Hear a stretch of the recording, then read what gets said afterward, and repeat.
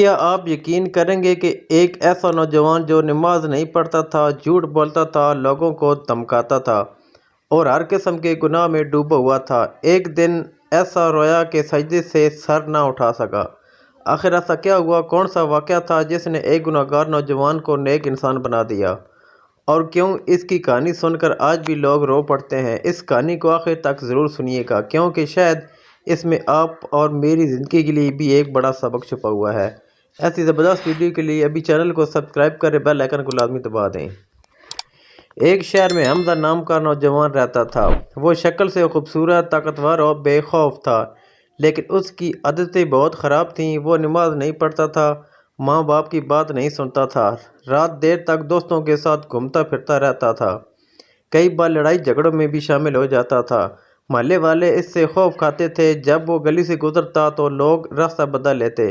حمزہ کو اپنی طاقت اور جوانی پر بہت غرور تھا، اسے لگتا تھا کہ زندگی ہمیشہ ایسے ہی رہے گی۔ اس کی ماں اکثر اسے سمجھاتی، بیٹا نماز پڑھ لیا کرو، اللہ سے اپنا تعلق مضبوط کرو، لیکن حمزہ ہنس کر بات ٹال دیتا، امی ابھی تو پوری زندگی پڑھی ہے، بڑھاپے میں توبہ کر لوں گا۔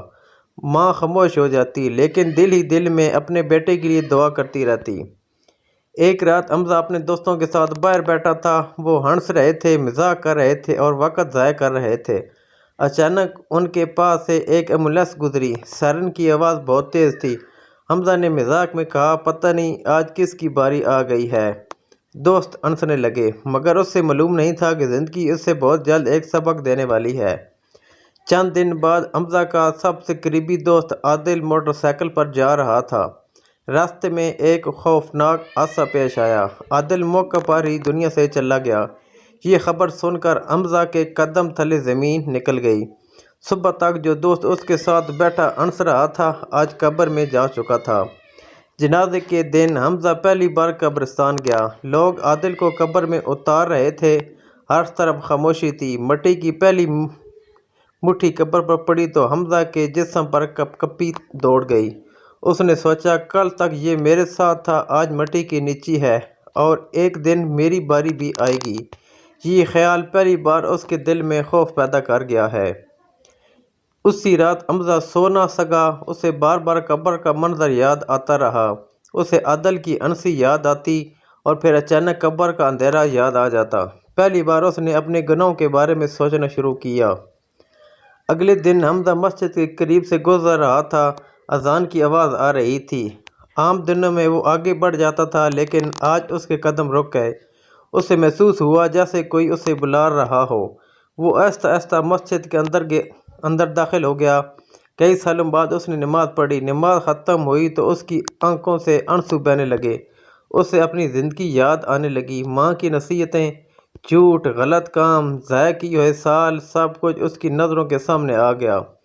نماز کے بعد وہ امام صاحب کے پاس گیا اور بولا، کیا اللہ مجھے معاف کر دے گا؟ امام صاحب مسکرائے اور کہا، بیٹا اگر انسان سچے دل سے توبہ کرے تو اللہ سمندر کی جھاگ سے بھی زیادہ گناہ بھی معاف کر دیتا ہے۔ یہ سن کر حمزہ زوروں قطار رونے لگا۔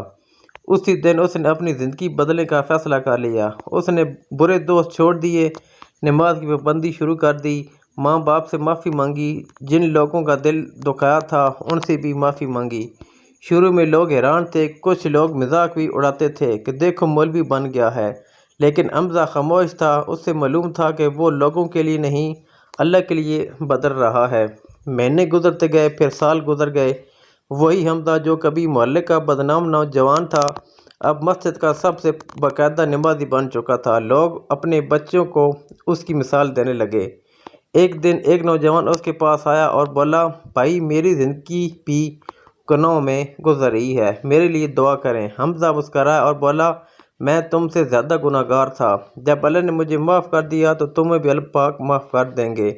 یہ سن کر وہ نوجوان بھی توبہ کی طرف لوٹ آیا اور یوں حمزہ صرف اپنی نہیں بلکہ دوسروں کی زندگی بدلنے کا ذریعہ بھی بن گیا۔ اس کہانی سے ہمیں یہ سبق ملتا ہے کہ شیطان انسان کو گناہ کے بعد مایوس کرتا ہے، لیکن اللہ تعالیٰ کی رحمت کبھی ختم نہیں ہوتی، چاہے انسان کتنا ہی گناہ گار کیوں نہ ہو۔ اگر وہ سچے دل سے توبہ کر لے تو اللہ تعالیٰ اسے معاف فرما دیتا ہے۔ اس لیے آج ہی اللہ کی طرف لوٹ آئیے، کیونکہ ہمیں نہیں معلوم اگلا دن ہماری زندگی میں آئے گا یا نہیں۔